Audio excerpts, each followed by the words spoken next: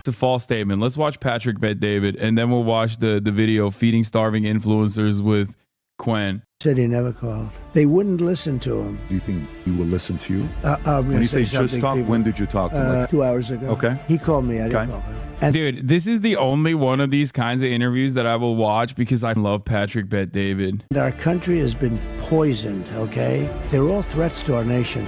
She would have no idea what we're talking about. Do you think 2024 could be one of those years that we look back and say they lost the African-American vote? The real threat isn't global warming. The real threat is warming. Right? That's not the question I'm asking, if I may. Just let's go in the middle of the ocean and talk. You have to set your phone.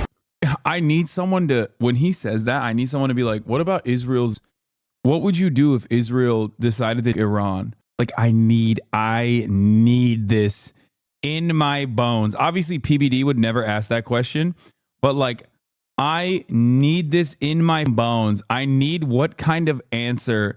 I need to know what kind of answer he would give to a question such as that. Patrick Bet David. If I were president, that war would have never happened. Who were really the power players? Who were the manipulators? Who were the ones that would threaten them behind closed doors?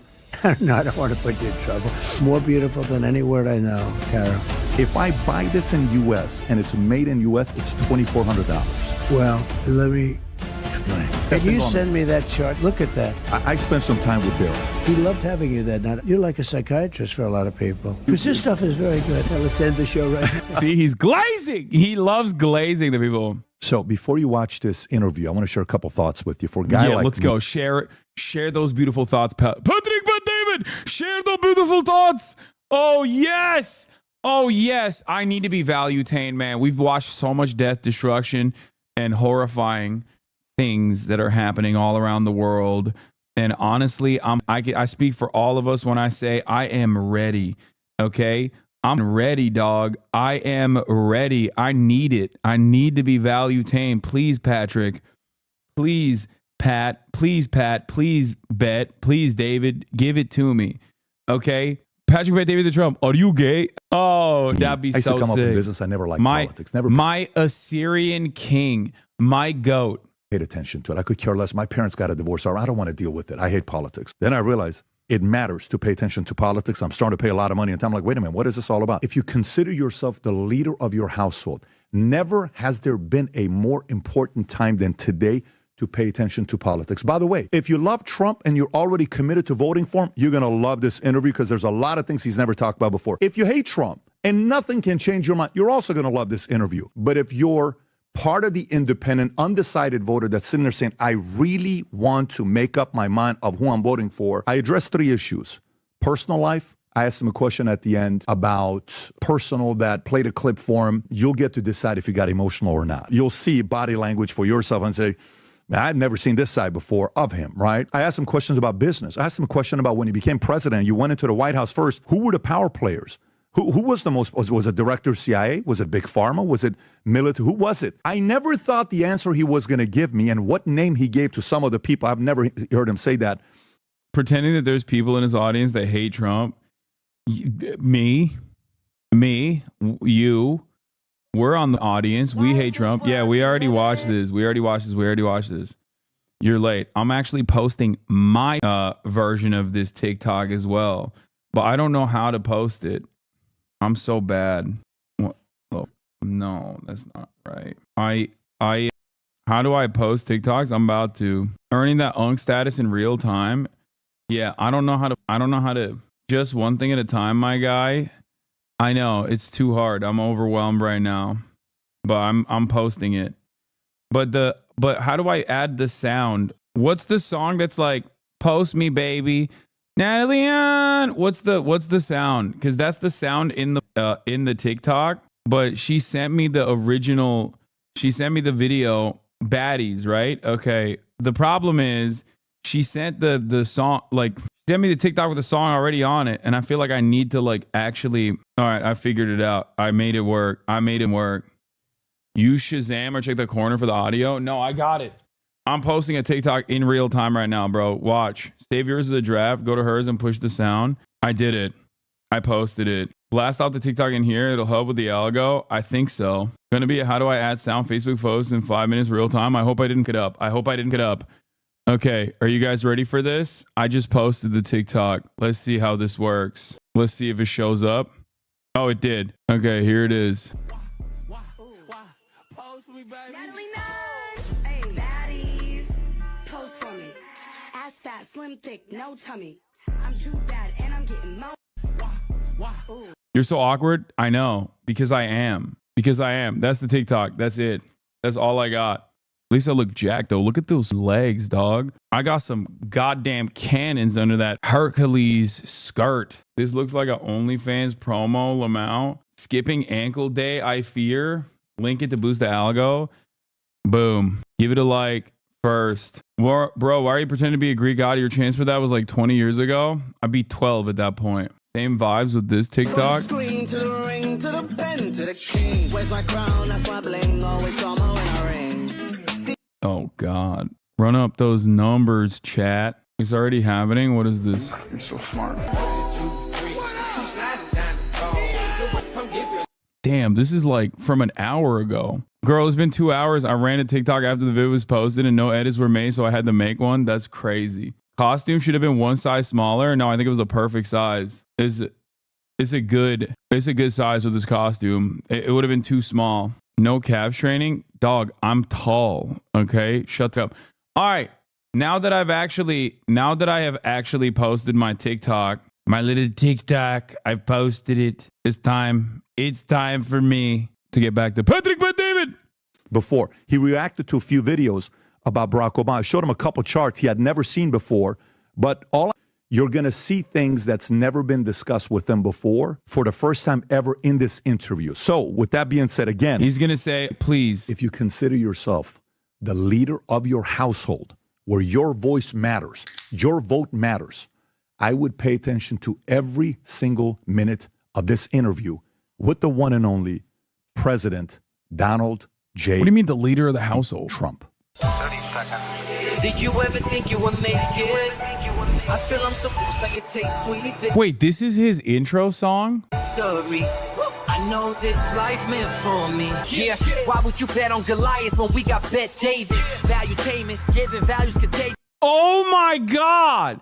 Why would you bet on Goliath when we got Bet David? This guy in a song said valuetainment as a bar. We got to run it back. I'm sorry. One and only President I got to Donald run it back. J. Trump. 30 seconds. Did you ever think you would make it? I feel I'm supposed I could taste sweet victory. I know this life meant for me. Yeah, why would you bet on Goliath when we got Bet David? Valuetainment, giving values contagious. This world of entrepreneurs, we get no value to haters. How they run, homie, look what I become. I'm the one. So we have a special guest in the house today for That was incredible, dude. That was incredible, dude. He's got MLM bars, dude. He's got pyramid scheme bars. Oh my God. I have nothing. I am nothing. This right here. This is the GOAT. This is the GOAT, dude. This is the GOAT. That's my king. That's my king. That's my king. We are but mere servants to him. the podcast. We've been waiting to do this for a long time. However, whether you love him or hate him, there's one thing you have to know. In my opinion, he is the only trifecta we've ever had in the history of America. Let me tell you why I call him a trifecta. We've only had one person who's won in business and became the king of New York, became a billionaire. That's one. Two, he won in media. Number one show, Apprentice, 15 years in a row. Three, he becomes a president. So he won in business, he won in media, he won in politics. Again, there's never been a person who's done that. Like I said, whether you love him or hate him, you have to respect him. Mr. President, it's great to have you. That was a nice introduction. Yes. Thank you very much. You are a one of one. Yeah, let's end the show right now. Okay, so I want to get right into it. I got a lot of questions I want to ask you. Some of it's personal, some of it's business, some of it's politics. But something happened last week. Barack Obama, he's at this event, he's speaking. Right. And he's given this message about your economy, how great the economy was. And then at the end of it, he says, you didn't build that economy. I built this. I kind of want to get your reaction on this talk that he's given. Rob, if you can put that up. And the reason some people think... Bro didn't even wait. He came in hot. He was locked in the chamber. He had that ready to rip, dude. He's like, come on, let's start talking about Barack Obama.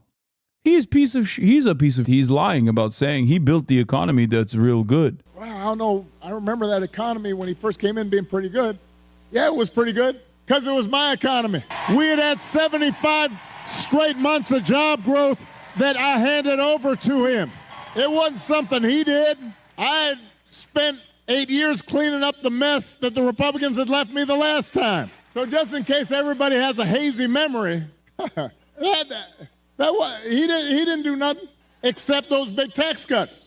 So how do you feel about this when you see him saying this last week? I think he's angry. He pretends not to be, but I think he's an angry guy. Dude, seeing Trump in a gamer chair gives me so much heart. It gives me so much joy. Like him just going back and forth, side by side, just like, yes, he's angry. He's an angry little man. He's got a little bit of an edge, and he's angry about a lot of things. You look at what happened with Biden, and you look at what he did with Biden. He really hurt Biden because I'm not sure he wouldn't have imploded anyway. We had the debate, and he was down quite a bit, and they walked out, and they just took it away from him. I mean, if you think about it, that's, I always say coup, but the word coup, I don't think it's accurate enough. They just walked in and took it away from him. That is a legendary thing. He didn't. Bro hitting the angry black man line not even 5 minutes into the debate. He did do that, but also calling this a debate is really funny. If you think like in debates, they just kiss midway through, because I suspect that this is going to, maybe they won't actually directly have their lips touch one another, but the vibes wise, it will seemingly look like that. It will feel like he's that. angry now. They're all angry, the Democrats, if you think. That's true. Okay, they did do that in the VP debate. He's angry. They're both angry.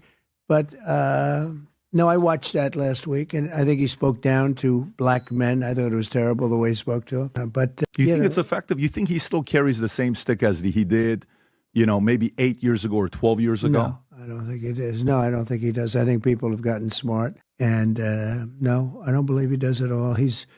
I hadn't seen him. He's changed a lot. Visually, he's changed. I like to say visually as opposed to from the look standpoint, because, of course, looks don't matter anymore in politics, You say looks don't matter. It doesn't make any difference, because we want to be politically correct, but they do matter. But he's changed. His look has changed, actually, quite a bit. I haven't seen him in a long time. Damn, he used so many words to just say Obama got oldish, dude. He's just trying to... Also, he is the drone king, okay? He is the drone king for sure. He's a deportation king, but he's significantly better looking than Donald Trump. Like, not even a question.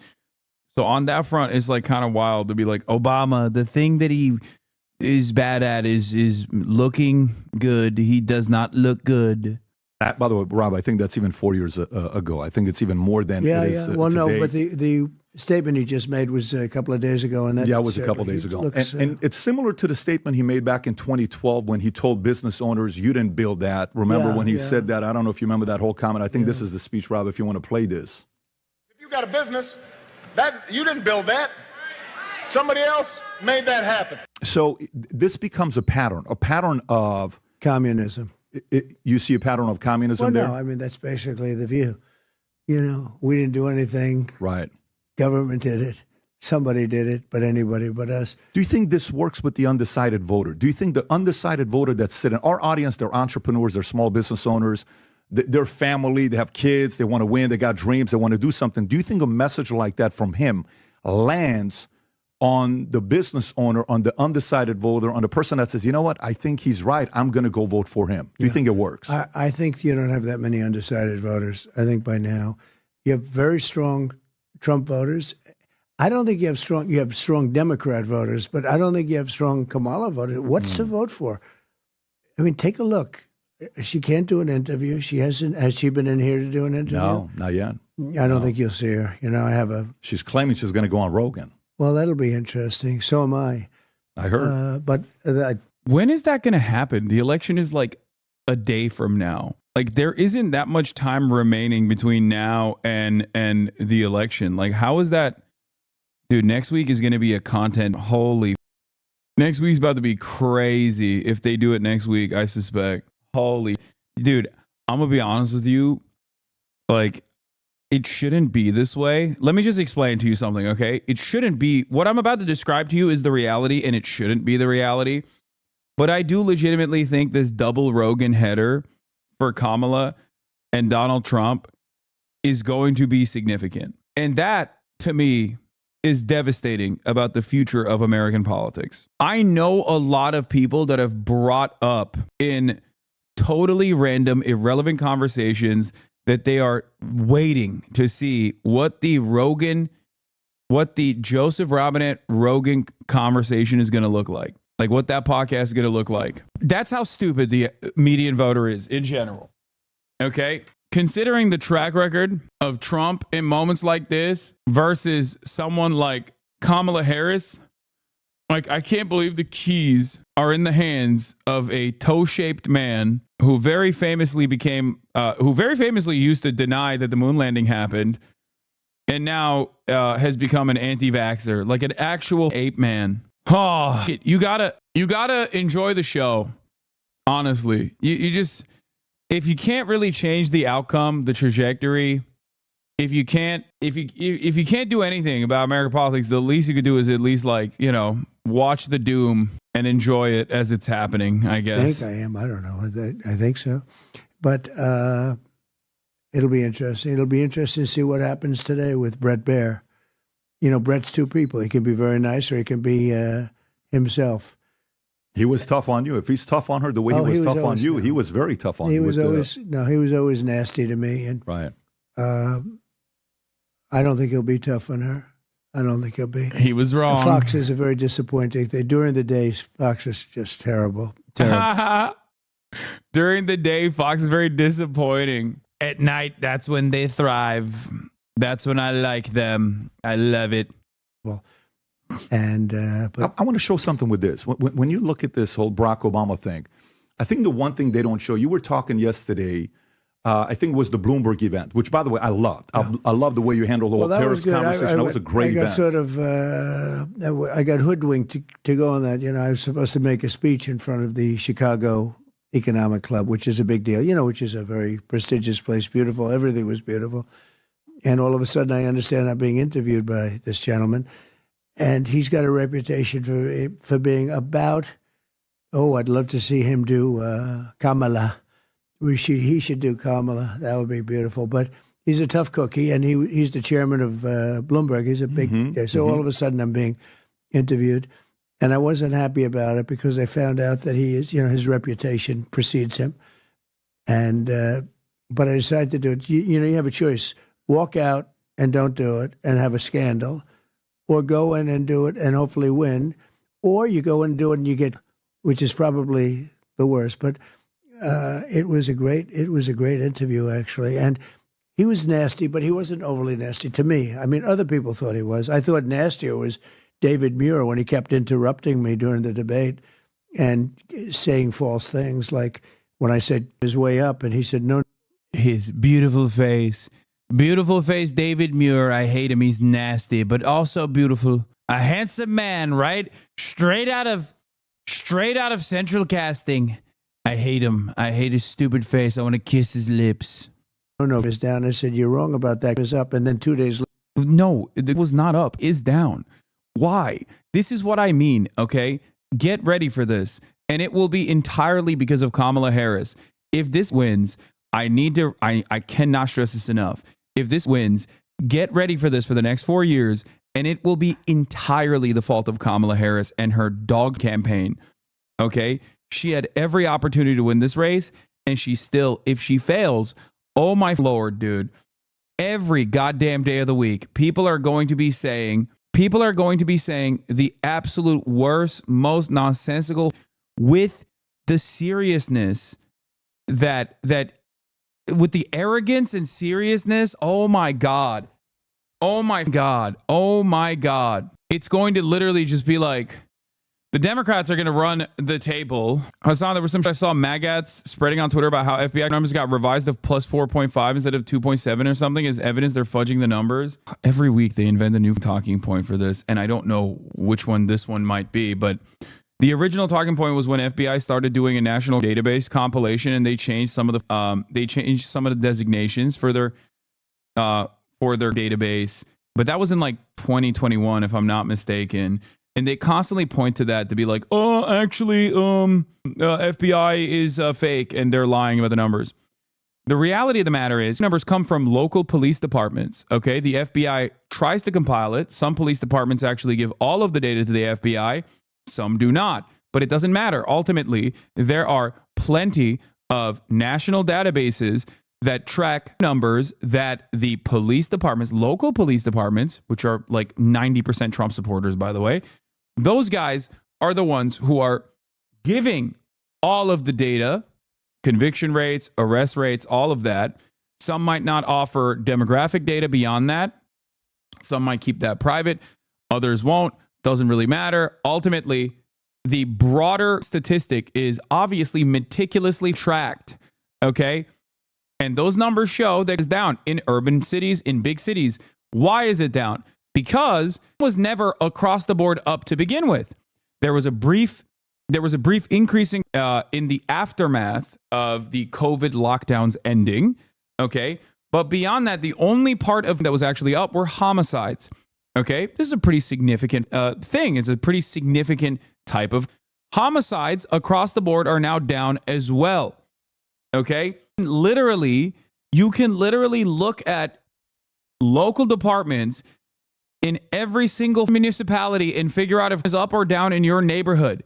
I do not know why Americans just don't simply do this and instead rely on the television man telling them that it's up and that there is a tremendous amount of happening everywhere. This is precisely the reason why the attitude towards is also tracked and polled with regular frequency. And Americans very consistently say is actually down in my neighborhood, but elsewhere it feels like it's really high. That is the most consistent American message on. They know that there's no, or at least the same level of in their neighborhood, and it's like managed and it's manageable. They trust their local police departments, but when asked, they always think, oh, it's happening somewhere else.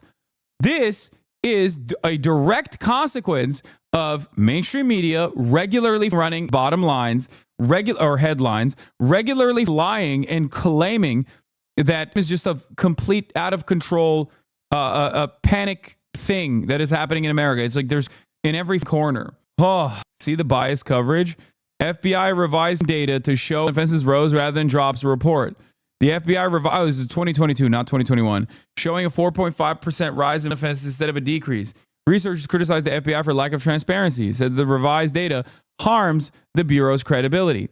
We're looking at where this information was revealed, and it is 94% leans right, from the Gateway Pundit and InfoWars down to Straight Arrow News, the Express Tribune and Vin News, New York Post, Washington Examiner, Just the News.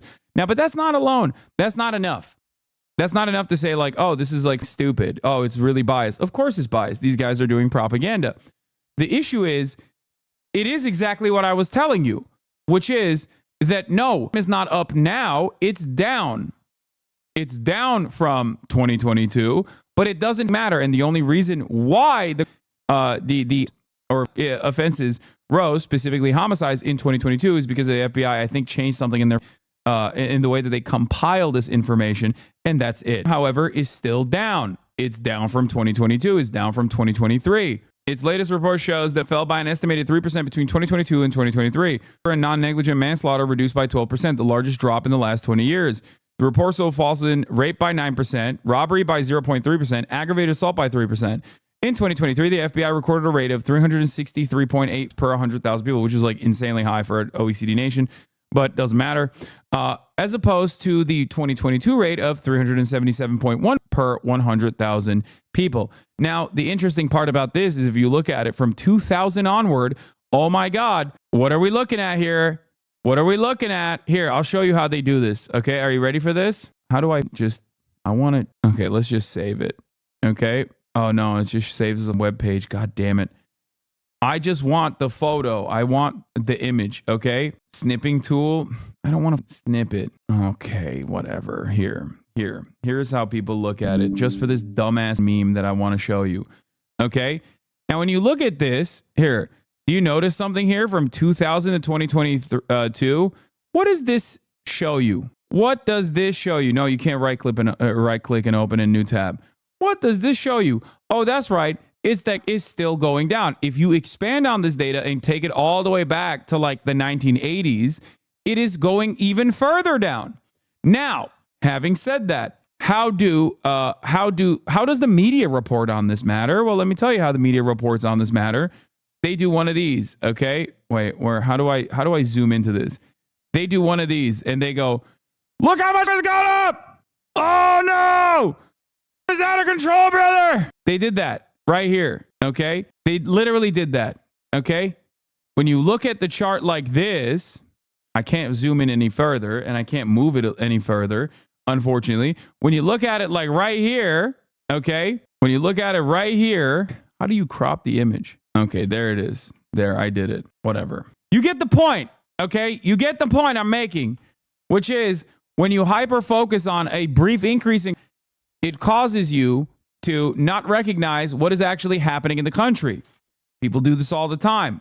Now with Donald Trump, in the case of Donald Trump, he doesn't even do that. He just lies. He's just like, they're not even like lying by omission, okay? They're not even lying by omission. What are they doing? They're doing straight lying, which is a new thing, okay? It's much simpler. It's much easier to understand. Yep, here's the other graph. There you go. There's a change in the survey design. Is going down from 1995 consistently until the 2020s, late into the 2020s. What is this, brother? It's time. If I had to choose, which would you choose?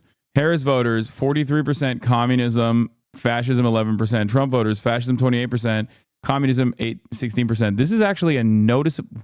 First of all, what the 11% of Harris voters said they would choose fascism over communism. But also, this is low. This is low, man. 28% for Trump voters. They're literally voting directly for fascism. At least with Harris voters, like, they're not voting for communism. They're voting for a lighter version of this. But this is directly, you're voting for fascism. It should be 100%. Not that it matters at all, because obviously Americans don't know what either of those words mean. All right, let's continue. What those numbers show is that there's some serious cognitive dissonance because they don't recognize fascism when they're complicit in it. Yeah. What do longer term trends show? FBI data shows the rate of fell by a quarter over the past 2 decades. On the reduction of Professor Flannery says it's partly because we're getting better at understanding what drives, which tends to be a smaller number of people in a community committing repeat offenses. It's also about targeted policing strategy and intervention. Mark Levin, chief policy counsel at Council Justice, says that the other factors may be influential in bringing levels down. We don't know all the reasons it fluctuates, but some of it is obviously demographic. We're an aging society, which generally speaking should lead to less. There's also environmental factors like street lighting, which help with prevention. Evidence suggests it makes the potential perpetrators. Do you think the FBI is lying? Dude, that is not... What? Have you reported that cops do nothing? That was in COVID time, dude. Do you think the FBI is lying? Dog, this is not about the FBI. This is just... Oh my God. Oh my God. Okay. I think we are, again, not understanding how any of this works, okay? And this is how Republicans thrive. Okay, this is how Republicans thrive. Now, the question is, how is this data being compiled? The FBI does not have the capacity to just like massage the numbers. They are looking at the data and compiling it. It's not just the FBI, as a matter of fact. Many other national organizations also do this. There are numerous other ways of doing this as well, including the National Victimization Survey that goes and asks a statistically appropriate number of Americans that represent the entire public in the way that these surveys, these polls are conducted, and ask them whether they've been victims of and whether they reported these offenses to help to the police. In 2023, only around half of them did. As recorded by the survey includes rape or sexual assault, robbery, aggravated assault, or simple assault. It does not count. Donald Trump regularly highlights this survey as proof that nationwide is up 40% since 2020. The figure is right according to the latest survey statistics. They show that the rate of per 1,000 of the population did increase by this much between 2020 and 2023. These are the ways in which people log. This is how they try to track how is happening in the country, in the nation. Be 100% honest. Do you believe Trump will win? I think that there is a decent likelihood that Trump could win. Submitting data to the FBI is voluntary, and in recent years, some police forces have not done this. Okay, here. In 2023, the FBI recorded a rate of, we already covered that. Previously, the figure showed 2.1% fall over this period. Now the agency says there was a 4.5% rise. The FBI did not publicize this change, which has led to some criticism. Amy Groward, a researcher at the Brenner Center for Justice, told BBC Verified that the revision was likely a result of the change in the way that the FBI collected data in 2021. Remember when I told you that? Nothing here undermines confidence in the 2023 data, he argues. Submitting data to the FBI is voluntary, and in recent years, some police forces have not done this. However, it does not matter. For example, the LAPD doesn't, I think, participate in the FBI National Database compilation, and neither does the NYPD. But you know what they do actually participate in? Revealing their data on their own, which means that everyone can go and look at it and then add it on to the overall FBI National Incident-Based Reporting System if they choose to do so, which they do.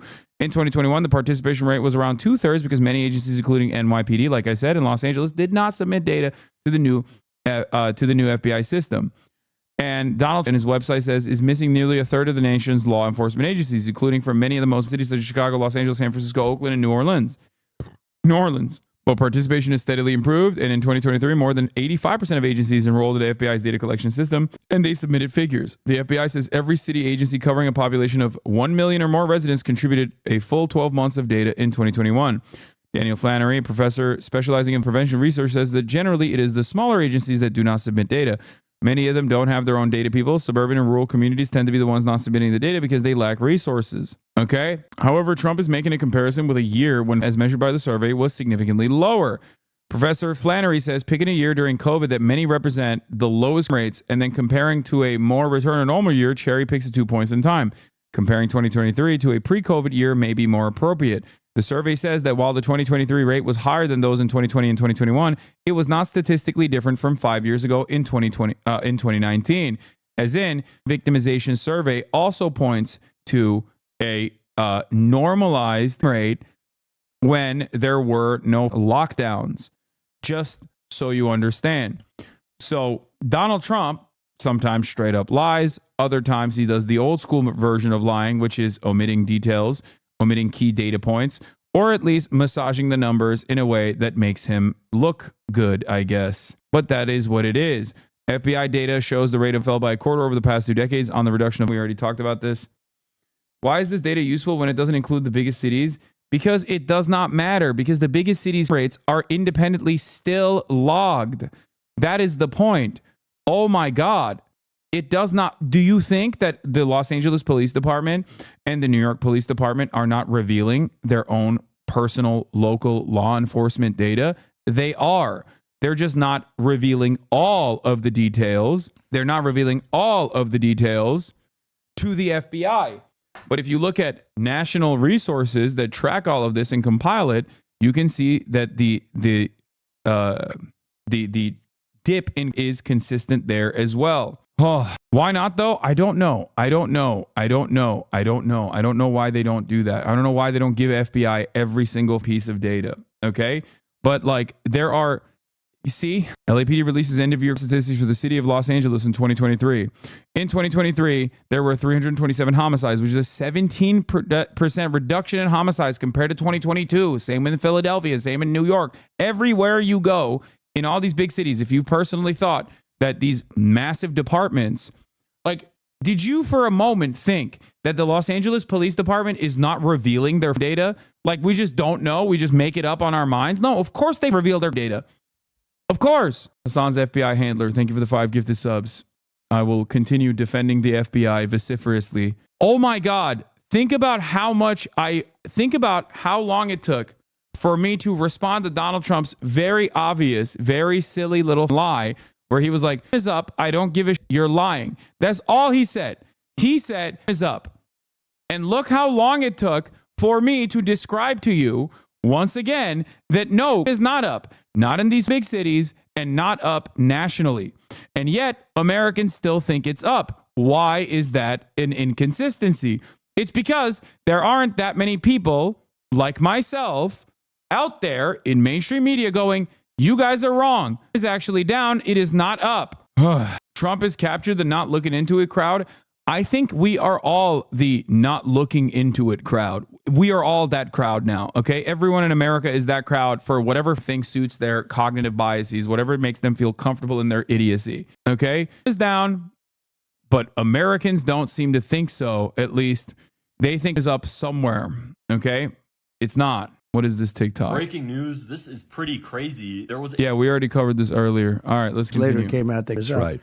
I mean, to me, that was much this gentleman, but it was really a study of business. It was a detailed study of business. You're talking about with the Bloomberg one? With the Bloomberg, Right. and people loved it. I agree. The tariff one. And the one thing I wanted to show is the following. So you know how you talked about Jerome Powell, what an easy job. You come once a month and he said, we're going to increase the rates. Greatest job there is. I think this is the one thing they don't talk about. So Barack Obama got elected November 4th. Okay, quantitative easing started November 26th. Right.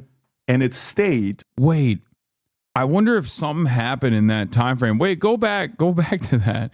What happened? What happened when Barack Obama was first elected? What was he being elected on? Like, what was he coming off the heels of? I wonder. Quantitative easing started. Nothing, November, right? I mean, nothing significant happened in 2008, right?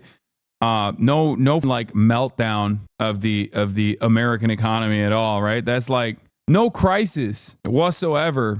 November 26th. Right.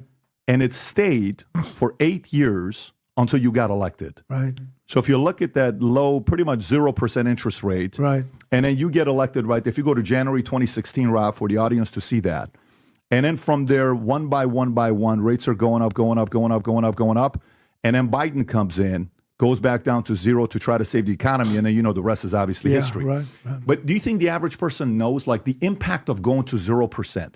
How much does that positively help the impact when Fed lowers the rates to 0.5 point? Yeah, it has a huge impact. The power of the Fed is, I think, pretty strong. Some people disagree with it. They think it's overridden by the interest rate climate. But I think the power of the Fed is very strong. It's an interesting graph, actually. Yeah, it's an interesting graph because you were still president in the graph. But neither of you guys seem to recognize that. Also, what's the argument? That the Fed is actually in the pocket of the Democratic establishment? Is that what it is? Like, what are they trying to say here? Yeah, this just shows that the rates. Also, this is kind of stupid because Donald Trump does want to control the Fed. Like, he directly wants to control it. That is one of the things that he has said. He is running on that. He is saying, like, no, I want to retain full control over it. Didn't help you. When he says it was. Well, they didn't use them to help me. Right. And Powell, I gave him a hard time because he was raising them. And I was never a big fan of his. He was late and he was early. He was too early and too late, But I had the greatest economy in history. We had the greatest economy in the history of our country. Despite that, this is another thing I can say, despite the fact that they weren't very high, but they were, reasonably high. And despite the rates not being at zero, I had a pretty good, we had a great run. Following up on the Barack Obama question, when I think about the 2024 election, I saw some numbers that came out, which I thought was fascinating. Right. Rob, if you can pull this up from CNN. So this is CNN reporting on this just 2 days ago. Okay, Barack Obama, when it comes down to black men ages 18 to 44, he was up 81 points in November of 2012. Hillary was up 63 when she went against you. Yeah. Biden was up 53. Kamala, who is apparently black, she's up 41. And what do you mean by apparently? I mean, that's what they're telling us. We're supposed to believe she's black. No, and it's much better that. What the? Yo, people are way too comfortable being ridiculous, dude. People are way too comfortable with this. Like, people should feel less comfortable saying like this. Patrick Bet David. No. See, I would never say a thing like that. But you said, don't explain. Oh, I would never say anything like that. You did say that. He's saying that because he wants you to say it again so we can have a clip. Call him the clip, a.k.a. Faye's Stable Ronaldo, the way he's trying to clip you. That is why he said the thing that you had said prior, because he wants you to say it. Look at his face. Look at his face. Look at Patrick Bet David's "Please say it, Mr. President" face. He's doing that right now. Explain what you mean. No, I don't want to put you in trouble. Yeah, apparently. No, well, I was going to throw it onto your shoulders. Apparently, well, no, you could explain it because I understand. I'm very comfortable explaining it because overnight, she's doing a show. She's supposed to be Indian, And then all of a sudden now it's black, but it's not landing with the average American. So if you look And at do you this, think black men, that's why she's not doing well? watch 'Cause this some here. people say that. In 2016, you had 13% Right. of male black voters 18 Right. to 44. Right. In 2020, you had 18%. In 2024, you're at 26%. It's doubled in 8 years. It's kind of crazy how polarized American politics is, though, because like this conversation is so nutty. It's an insane conversation to have. Like whether Kamala Harris is a black person or not would not even be a normal conversation that should exist. And yet here we are where people are just like having this having this back and forth. And it's partially because Donald Trump launched it. I think it goes to show that like the bully pulpit is still profoundly powerful, especially when it comes to, you know, undermining marginalized communities in general, or especially when it corresponds to like pre-existing social forms of oppression. Like this is unacceptable. It is transparently ridiculous. It is.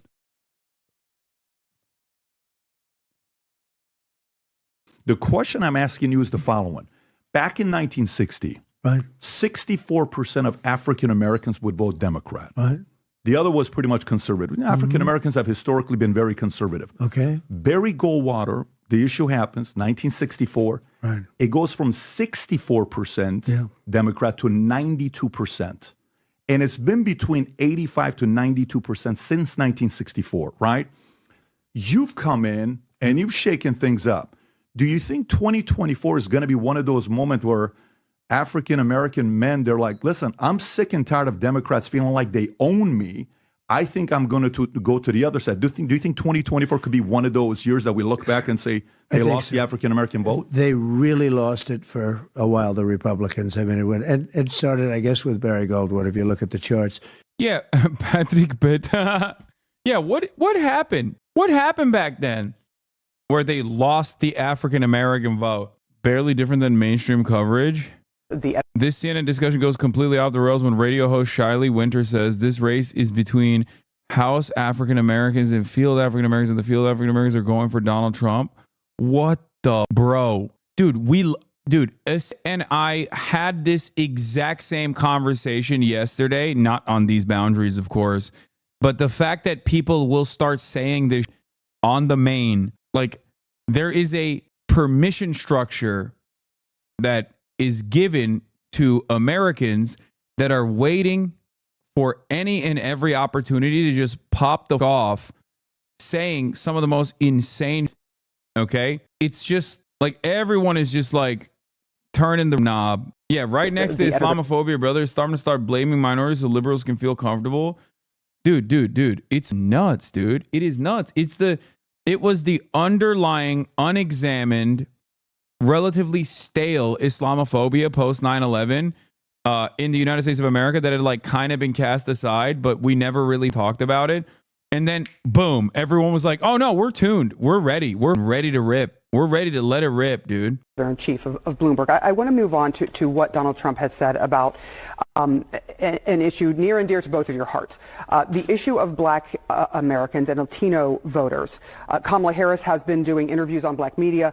Trump, though, is overperforming in polling with both groups compared to past Republicans. Here is what he said when he was campaigning in Pennsylvania. Any African American or Hispanic, and you know how well I'm doing there, that votes for Kamala, you got to have your head examined because they are really screwing you.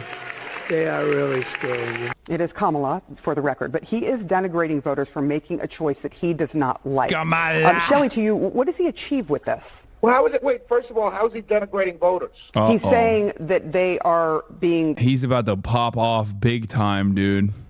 for lack of a better word, screwed. Taken advantage of. They're being taken advantage of. They're paying higher pricing. They're working class, the ones that he's talking about, working class. That's my barber dog. Oh god. Lower middle class. They're paying more for food. They're paying more for gas, and they're being taken advantage of. But and Shelley, over the course of 30 years, they voted. He also said that they, that they had to have their head examined. That is not something that is a compliment. Obama just told me the same thing. Obama just told me the same thing. He did I've not got use black those women words. telling me I'm not really a. He inferred them. He implied them. He certainly did. He even threatened us with "You're lucky Michelle's not here." I mean, come on. Let's not make things up. Let's be honest here, and let's really be clear what's being said. If you're an African American man, look. Let me boil this election down in the African American community to a very simple. I'll reference the great Malcolm X. This between House African Americans and field African Americans, and the field African Americans.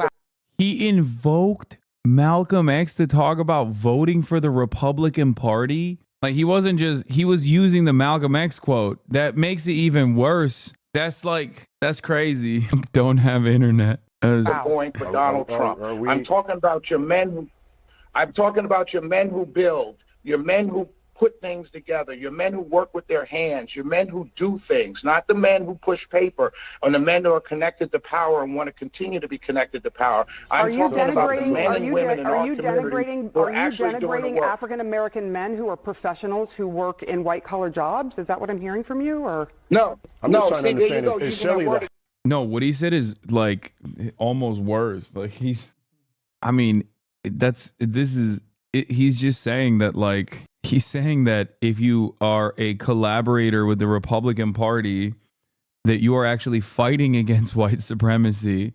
Whereas if you are voting for the Democratic Party, you are collaborating with if black conservatives are comfortable saying stuff like this on CNN, though, like, oh God, white people are going to get way, way, way more aggro. House what I'm doing one or the field one? I'm just trying to understand that part. In my office a number of weeks ago, and they needed votes, and I got it done. It'll be nice to watch somebody really say something nice about your husband. I said that to Melania, and I said, watch this. And they got up and they spoke, but Van Jones got up, and it was a little... I don't get too embarrassed. You know, he got up, he thanked this one, he thanked that one, he thanked this one, that one, that one. The only one he didn't thank was Donald Trump. How dare you? How dare you? Not thanking Donald Trump. I'm the reason why justice reform happened. They didn't thank me, folks. And I look at that now and I say, he's got bad way. I looked at him. Then I saw him last night, and he was on CNN, which is dying, by the way, in the ratings, because they have people like him on. And I watched him last night say how he hopes I'll be defeated. And we should defeat him. We have to fight him. He shouldn't be allowed to be. And I said, normally I'd say I wish I had that vote back, but I did the right thing. What? Why do I think he praised you? Why do I think he got emotional crying? No. Giving you credit about what you did. I don't know. All I can tell you is he was crying in my office. That's probably what you heard. Before he got it, he was crying. He was literally, they went over to him with handkerchiefs. He was crying. Tears were pouring down his eyes before, but after he wasn't crying, not that I know. But so he didn't mention me the night of the news conference. He was leading the news conference, and I don't need it. I get mentioned plenty of times, et cetera, et cetera. But I watched last night. It's a good place to say this, actually. It's better than writing out a truth, whatever. But I watched last night, and I watched him talk about how I must be defeated. I'm a bad guy or something. And Van Jones is saying this. Yeah. He said it last night. I saw him last night. I don't watch CNN. Honestly, I don't watch it. But I happen to be, I'm passing it, and I see him on, and I watched him talking about essentially negative about me. What difference does it make? Nobody cares what they do. They've been fighting me for years, and I became president. I did much better the second time than I did the first, and now I'm doing it the third time. And if the election's not rigged, we're going to win. If it is rigged, I guess that's a different story, but we'll find out pretty soon.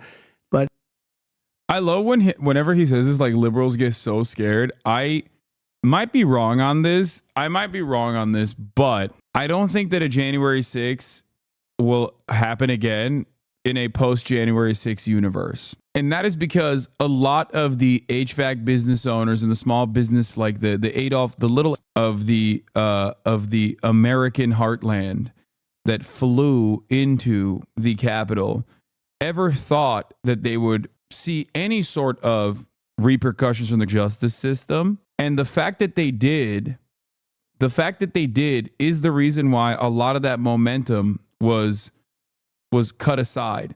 There's a couple different reasons as to why I don't think so. Well, one, because Americans are too individualistic and too predisposed with commodity consumption to like actually build any sort of like militia movement, like a real organized militia movement. Okay. So that's number one. Like, we are too capitalist to be even, at least at this stage, like to be openly, like to care about a higher order of society. This isn't to say that like is good or anything like that. I'm just saying that like we're as a nation, we are far too sedated and far too servile and far too comfortable. So that's number one. Number two, more significantly, people seemingly forget that January 6th wasn't simply conducted by Donald Trump. A lot of people have hyper-focused on Donald Trump because he was culpable, for sure. That much is an absolute, that much I'm absolutely certain on. But they forget that like every part of the Republican Party's institutions, their machine was also there.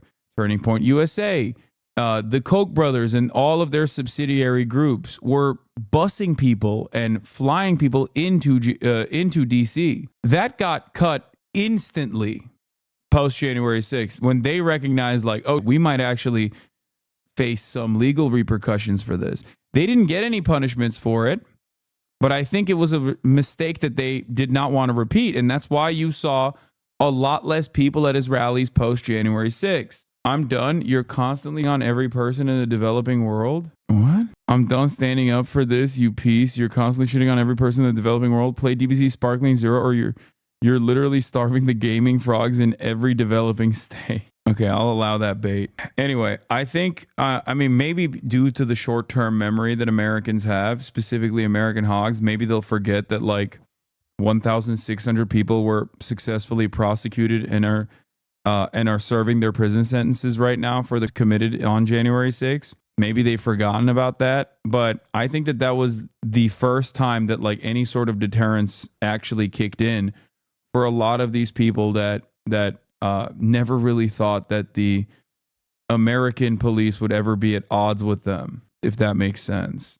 So I think the likelihood of a second January 6th is far less post January 6th.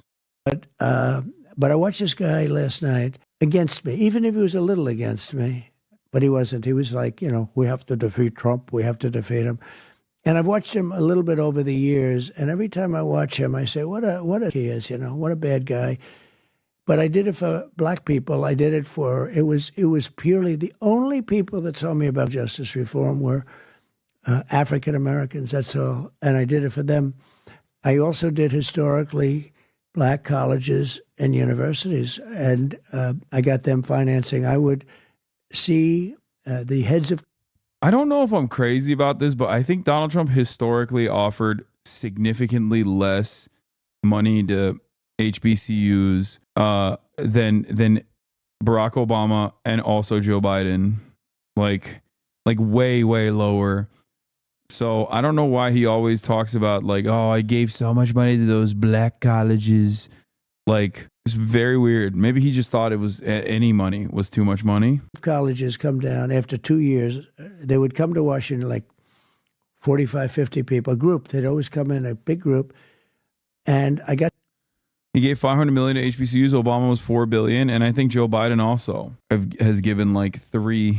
To know him a little bit because they had to come through my office to get funding. And after the second time, I said to him, why do you keep coming down here for funding? Don't they give you? He said, no, they make us feel like beggars.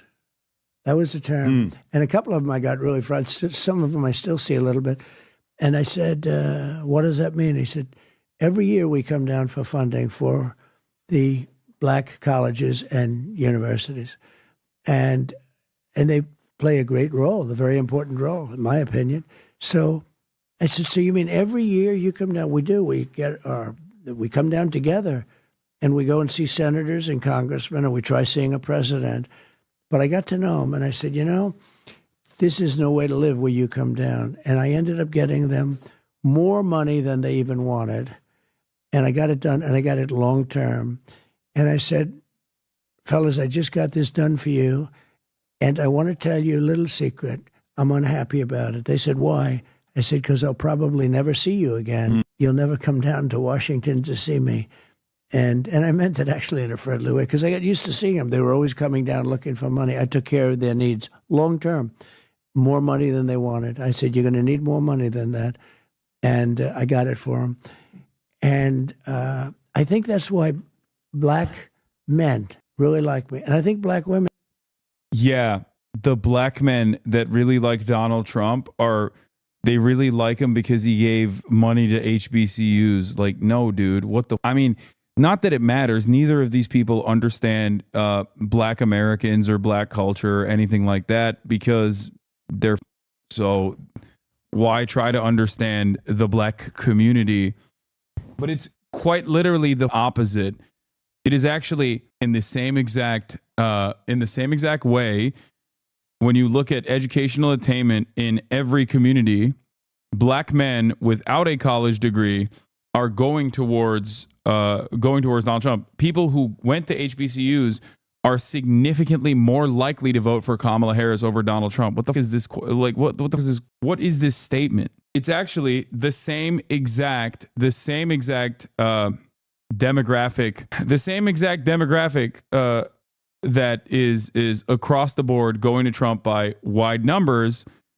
And ironically enough, for black men, it's a much, much smaller percentage. It's a much smaller percentage of black men that are saying they would vote for Donald Trump over white men that are saying that white men without a college degree that are saying they would vote for Donald Trump over Hispanic men without a college degree that are saying they would vote for Donald Trump. Women do too, but they have a woman who is black, although you would say she's Indian, but she is black. But she really, a lot of people didn't know. He's woke. He's correcting Patrick Bet-David. No, which is true. But I learned about it just a couple months ago. Maybe, the fact that she's black, yeah. Or that she's Indian. I thought she was Indian until a couple months ago. Things change. I mean, a lot of people. Well, because if you follow baseball, Sammy Sosa kind of, you sometimes have to respect people. They change, right? So I thought maybe she was. That's crazy. Again, I am not a fan of Kamala Harris. Okay, I hate the Democratic Party, but this kind of sentiment is so insanely gross. It is so much worse than just like the duopoly or the conversation of who you're going to vote for. This is some straightforward, unrestricted race. Okay. Oh, yeah. Our lies about Kamala Harris being black recently, when she has grown up as a black woman in America, is akin to Sammy Sosa is nutty, which is ironic because he also is specifically not really respecting Sammy Sosa at all either. It's just like, oh yeah, remember when Sammy Sosa changed his race by doing skin lightening? Like that's, it's just like Kamala Harris, haha. It's like, no, man, like there was never a moment where Kamala Harris was not a black woman. Like, what the fuck? You invented this idea. And now you are going along with like additional jokes about it. Was doing a Sammy Sosa the other way. Yeah, Sammy's changed. Right. People change. If you remember Sammy Sosa. He could hit the ball. He could hit the ball 66 home runs. Seriously, yes. he was. But I want to show you this. And by the way, the only reason I want to show you this is because I think Van Jones is scared of giving you credit. This is what Van Jones said after. Yeah, I mean, also Sammy Sosa and his attitude about having dark skin is also another product of like existing in an overwhelmingly white supremacist society. But we're not going to get into colorism and whatnot or internalize anti-blackness. That's also a separate issue. But once again, it's just like he's just like lightheartedly throwing that as like a haha joke. After what you did, and it was the most uncomfortable moment on CNN because he had to thank you. If you can play this clip, Rob, I think this is the clip. Go for it. How significant do you think this is? By the way, one of your partners in working on this was Jared Kushner. Jared Kushner. This is how many years ago? This is the date on this 29 5 years ago, December 18th, 2018. Okay, play the So clip. you just got that. That's pretty Yeah, cool. so this is 6 years ago. If you can play this clip. Father went to prison and who fought on this as hard as that. This is history. This is history. Right now, you're witnessing history on the floor of the U.S. Senate. There's a Christmas miracle underway where, for the first time in a generation, Republicans and Democrats are arm in arm tonight saying, we are sending too many people to prison. They're coming out bitter and not better. We want to make a tremendous difference. I want to say Hakeem Jeffries on the left, Jared Kushner, and Donald Trump on the right have brought together a coalition like I've never seen. This directly counters Donald Trump's statements, doesn't it? Also, it's not shocking because Van Jones is like annoying as he would do this. He probably has glazed Donald Trump unnecessarily. This is like a valid reason to say nice things about him, but he's probably glazed him in other parts of CNN, in other parts of the CNN broadcast before and after this as well. After all, mainstream media, I remember, would do this where they'd be like, this is the moment Trump became president, you know? He's so presidential. Like, I remember all that. I'm sure that Van Jones probably played a role in that as well. I would not be surprised. Literally, the National Association of Manufacturers, Fox News, I never saw and that. Sean Hannity Yeah, I'm glad you're seeing it because to me, you see, when I think about him, obviously, you know, his history. He was close to Obama, communist, all that stuff. He had to kind of drop. But at the same time, they don't want him saying something like this. I want to give Hakeem Jeffries, Jared, and you to give that credit. This is the part where even Dems are sitting there saying, how the hell do we argue against the fact that a Republican president that we're not supposed to like did this? Cut him off. Just give him 30 seconds, 40 seconds. Let's go to the next topic to bash him again. But it was kind of great to see Van Jones saying this about you. It was, but again, right after that, it was over. He has to go back. So he has to go back to say things and about you. A real man would not have done that. And I'm glad I saw that. But it really doesn't mean anything because he said it, and then after that, he took it back. I want to show you something, and this kind of goes maybe to the next point. So yesterday, a new Gallup poll came out. Okay, if you look at this Gallup poll, this is literally from yesterday. Americans' trust in mass media from 72 to 2024. It officially hit the lowest in the history. We're talking ever. Not one of the lowest. This is the lowest ever in the history of America. Americans don't trust mass media anymore. And even recently, I don't know if you saw the numbers that came out 2 weeks ago. I'm sure you follow some of this stuff. Every one of the guys at CNN, MSNBC, they're all getting a lower salary when they're renewing their contract. Right, they're not getting paid the kind of money that. they were making. Yeah. And by the way, you may not like me saying this to you, but I think I kind of want to see your reaction to this. I know a lot of people will say, well, you know, he has, XYZ amount of felonies charged, 91, 53 were dismissed, 32 is this, and 12 are the ones that are remaining. I think the only one that Letitia James, Jack Smith, and maybe even Fannie, if they wanted to, claim that you did commit is you kind of did mainstream media, if you think about it. I did. And that could be a crime for those guys. I'm very proud of it. And I want to show you this clip because this is the first time ever the phrase fake news was ever used. And from this moment on is when the decline started. Rob, if you can go on and play this clip.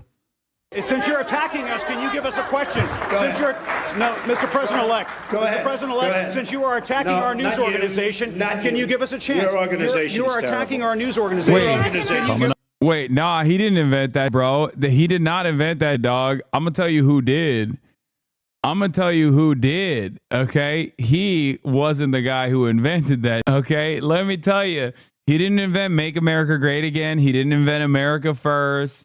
And he certainly did not invent fake news, lying news. I'm just saying. Give us a chance to ask a question, sir. Go ahead. Sir, can you state, Mr. President-elect, go ahead. Can you state categorically, She's asking a question. Don't Mr. be rude. President-elect, can you give us a question? Don't be rude. You're attacking us. Can you give us a question? Don't be rude. Can you give us a question?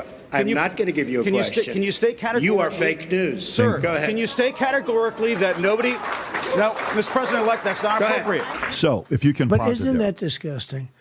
Think of it. And that would never happen to a Democrat. But isn't that disgusting? He's a lowlife, the guy, and as you know. But and he has his own show. He gets no ratings at all. Nobody on CNN gets ratings. But isn't that a disgusting? I'm just watching that, and isn't it a shame that people can behave that way against the president? And I think I think I'm responsible for those numbers up there where they went down. And frankly, I'm proud of it because I also am responsible for the term fake news. And that's a great term, but it's not strong enough. I think it's corrupt news is a better term, but it doesn't play as well. But they're corrupt people and disgusting people.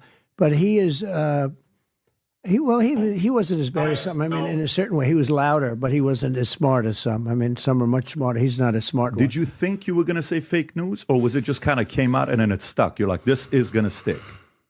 Was it intentional? I don't know if that's the first time I've used it, but I do get credit for having been an originator of the term. I mean, a lot of times I have a very fertile mind. I come up with very good names for people. You're very creative. Pocahontas. What the fuck? Lots of good names.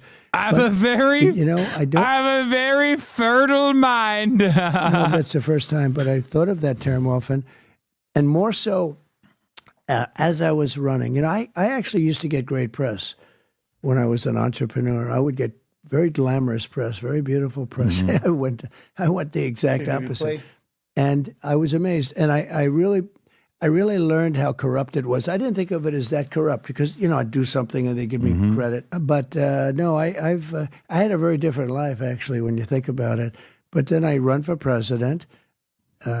So 92% of the people that run for presidents, 92% were politicians and 8% were generals.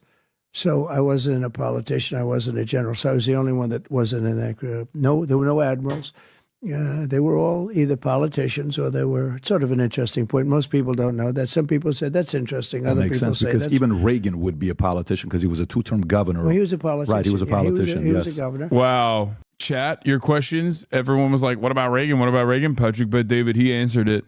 There was some that were businessmen, but they then ran for the Senate or they were in Congress, and they went from there to the presidency. But nobody ever went right to the presidency. I never ran for office. All of a sudden, I'm president, and I really learned about the press early in the hard way because I got great press, and then all of a sudden, I was treated like by a moron like that, and I fought them very hard. They're very dishonest. They're very corrupt. Not all of them, but a big percentage of them. I would say in the 80s, that's a lot. That's a lot. Big percentage. They're very corrupt. Very corrupt. Have they always been? Has it always been the case? You've been around media, TV. I don't think it's ever life. been like this. Yeah, I've been around it for a long time. I don't think it's ever been like this. When do you think it flipped? When I started off, Patrick, I used to have a story written about me, and without fail, somebody would call after the story was written but not published, and they were called fact checkers. Hello, sir. We're calling about a story that we wrote about you. Is it true that you own this? And is it true that you did this? And that you spent X dollars? Could we check that number? And it would go on for a while to a point where you'd get somebody else to just do it. But without fail, I'd have, if there were any details in a story, not always, but if there were any details, always, and they were called fact checkers. Hello, sir. My name's Jim Smith. I'm a fact checker for the New York Times. And they check the facts of a story.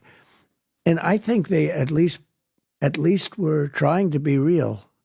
I haven't had a fact checker call me in 30 years. They don't call anymore. Do you think that's because of the Fairness Doctrine Act of 1987? Because prior to that, the media platforms had to actually give both sides of the story. I can hear the camera in the background. They're like snapping pickies. You guys hear that? The story. And then once that was dropped, they lost the accountability. They could say whatever they want to say. Or is it the chair swivel? Oh, Trump just swiveling in that squeaky ass chair. And it was kind of free for all. Let me go after that. Yeah, the media segment is kind of boring. When you became a president, let's see. Having Newscomb, Elon, and Tim Cook. Why wouldn't they want to have a strong border?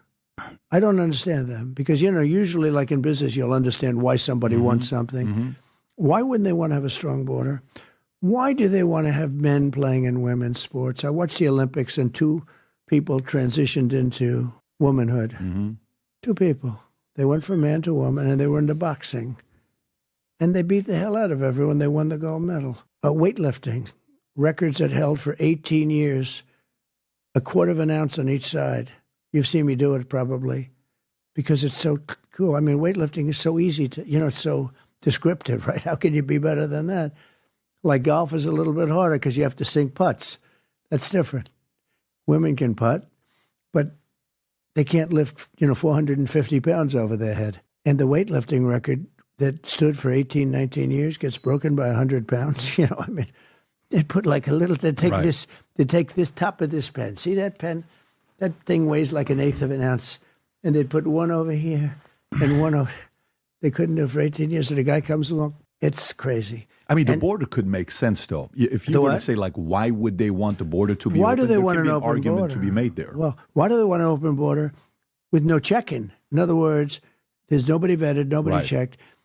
And as you heard 2 weeks ago, the Border Patrol put out the numbers. They weren't supposed to, but they did because they had to.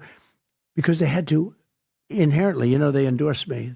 I saw that. They Powerful. endorsed me. 100% unanimous. Right. Like a full, they said he's the greatest in the history of, I had the best border in the history of the country. I had the best economy in the history of the country. But you take a look at some of these stats. So yesterday, a young woman's playing volleyball. You saw that? And he got hit by a man who transitioned. There's been many of those. If there was a new one yesterday. She got hit in the head. She didn't know where she was. Right. She said, I've never seen a ball travel at that speed before. But here's why do they want that? I don't understand that. Usually you understand, like somebody wants something. Mm-hmm. You try and figure it out. And you could go through a lot of things. Why do they want transgender? Why do they want to take somebody's child, a boy, and make the boy into a girl and not tell the parents? I mean, they do this. And at first I said, no, but that's just an exaggeration. No, it's not. It's really not. It's wild that his jump from border, like open borders, to transgender children happens so perfectly. He's just weaving again, dude. My goat is weaving. He's bobbing and he's weaving. Ay. This is underwhelming. I thought that this would be better. Oh, maybe Iran? Let's hear what he has to say about Iran, because Patrick Bet David, he knows a lot about Iran. Yay. I think if you would have When I handed it over, I told them, right now, make a deal with Iran, they'll do anything. They want to make a deal with me. Had that election not been rigged and stolen, I will tell you right now, we would have no problems anywhere in the world. Viktor Orban, he's a very tough guy and a very smart guy. And he's, some of the European countries don't like him because he's, sure, smart. Makes sense. We have Trump's climate denier, feeding starving influencers, and also the strongest militia in the Middle East, Hezbollah. I'm skipping it. I'm going into Trump's a climate denier. These hurricane survivors still support him anywhere but Washington. One of my favorite types of content is when British people go into the